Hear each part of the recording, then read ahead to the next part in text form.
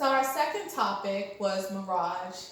And Tommy actually had the opportunity to read that topic. So Tommy, what did Mirage mean to you when you read that portion of the book? So first, our reminder is that um, a mirage educates. Sorry. Pause. False. Speak louder. A mirage educates you on how to recognize the real from the fake, so that when you encounter these things, you will know the right decision to make.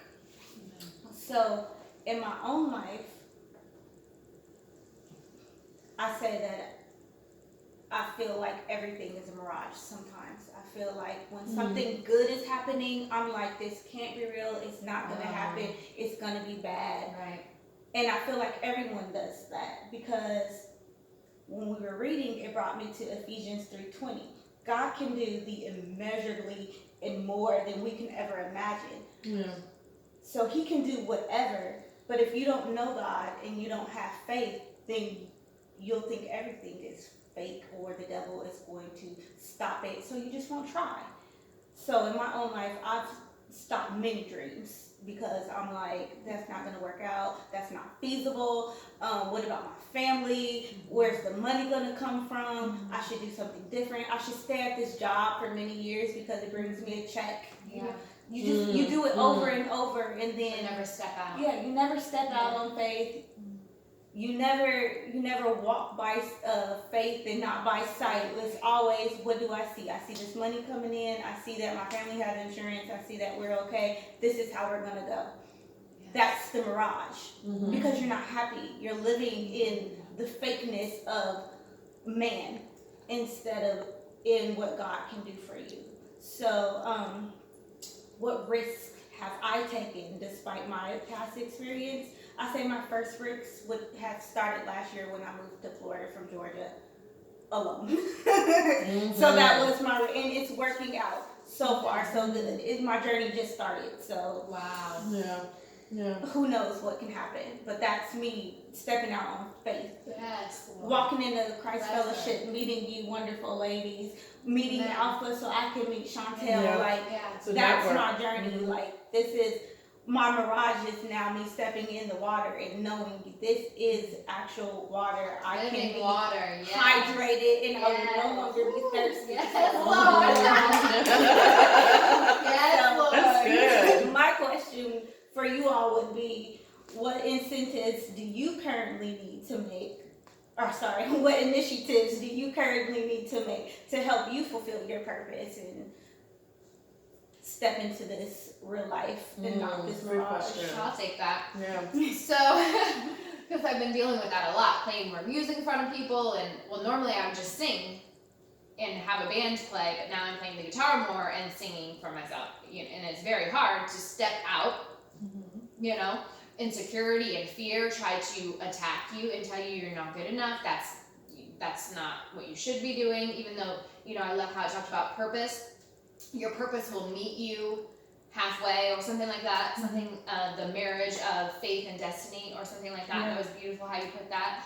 Because I really feel like my purpose has always been, everybody is called to a purpose. Everybody has a plan and purpose in Christ.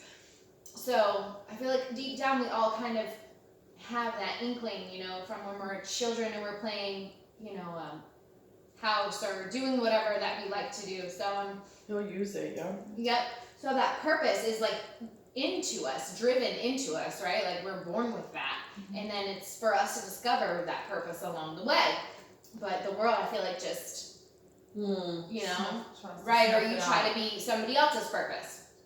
Like I'm not going to be a good alpha. I'm going to be a good Chantel, and I can never be you, and I can never be you, but we're all trying to, the world says this is your purpose. Yeah. Death and taxes, and this is you die, right? That's basically how it is. And God says, no, there's so much more. Yeah. So I feel like me stepping out a little bit more, you're growing, right?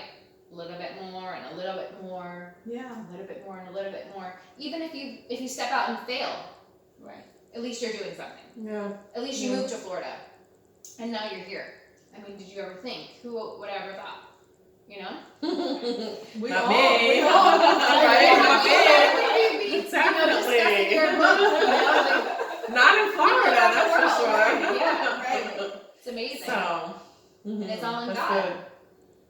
Yeah. my experience has always been, and I've learned that, when you take steps of faith to do something that you feel strongly in your heart that, God is telling you to do, and sometimes you're not 100% sure, but you do it by faith, and things work out. Yeah, amen. Things work out. Like, you take those baby steps and God meets you halfway. If it's, I learned that by doing outreaches. Just having that desire in my heart. I've been doing outreaches for about 10 years now. And it started with a vision, with me just feeling like I need to go out and take the church outside the four walls of the church. Amen. And I was scared. I was like, I'm tripping. I have this huge vision in my head. I don't have any support. I don't have any money. But I just moved in that direction, and God brought the provision. And everything was fulfilled. Right. And so that's how God began to train me on stepping out in faith and not looking at what, my money, looking at my resources, looking at the manpower, looking at all these things that don't exist right now, but I have a vision for something. Yeah. So moving in that direction. Yeah. Will equip you, that's for sure. Yeah. Yeah. That's And not good. allowing our dreams to die. That's good.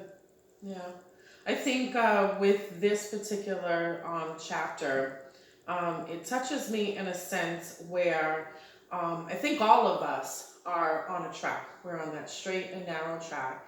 And as you get older and more experienced in these mirages and being able to see them, for what they really are, I think it gets easier to be able to say, okay, that's not for me. Let me just keep moving. And it builds your faith, and it builds that courage, and it builds that strength to be able to know that there's that hope and that faith and that determination and that strength that you have within yourself to just reach for those stars and, and not stop.